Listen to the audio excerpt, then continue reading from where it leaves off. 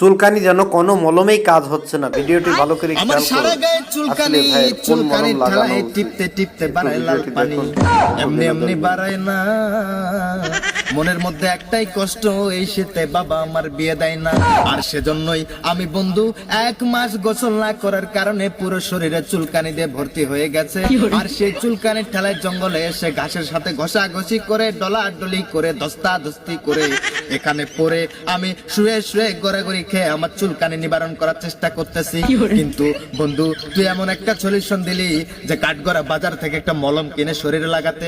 I বন্ধু, এই মলম হয়তো আমার ত্বকের কাজ করবে, এই শরীর থেকে চুলকানি রিমুভ করবে, কিন্তু মনের চুলকানি রিমুভ করতে আমার একটা বউ লাগবে। কথা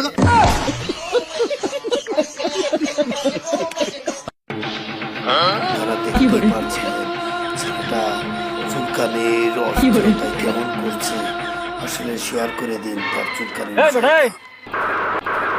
তুই এনে ঘোরাঘুরি করতেছস কে?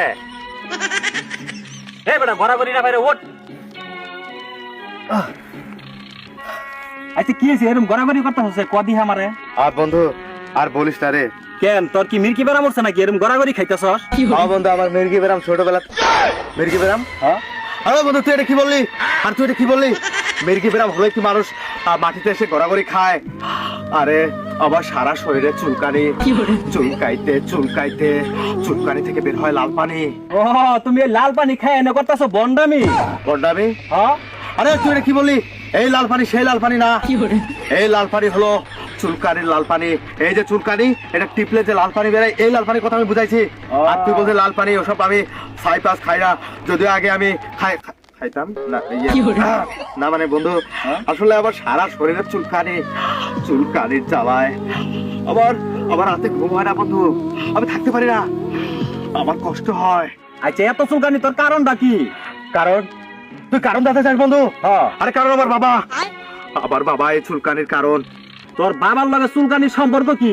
আছে আছে বন্ধু আছে। কিসে? ও আকাশ ভরা তারা, আমার মস্তিষ্কের হোগা মারা সারা, আমার কথাবার্তা বুঝতে সমস্যা হয়। আর তুই বুঝিস না কেন আমার বাবার সাথে চুলকানির সম্পর্ক? কারণ আমার বাবাকে আমি শীতের দিনে কতবার বুঝিয়েছি যে আমার একটা বউ চাই, আবার যেন আমাকে বিয়ে দিয়ে দেন, কিন্তু আমার বাবা আমাকে একটা বিয়ে করায় না।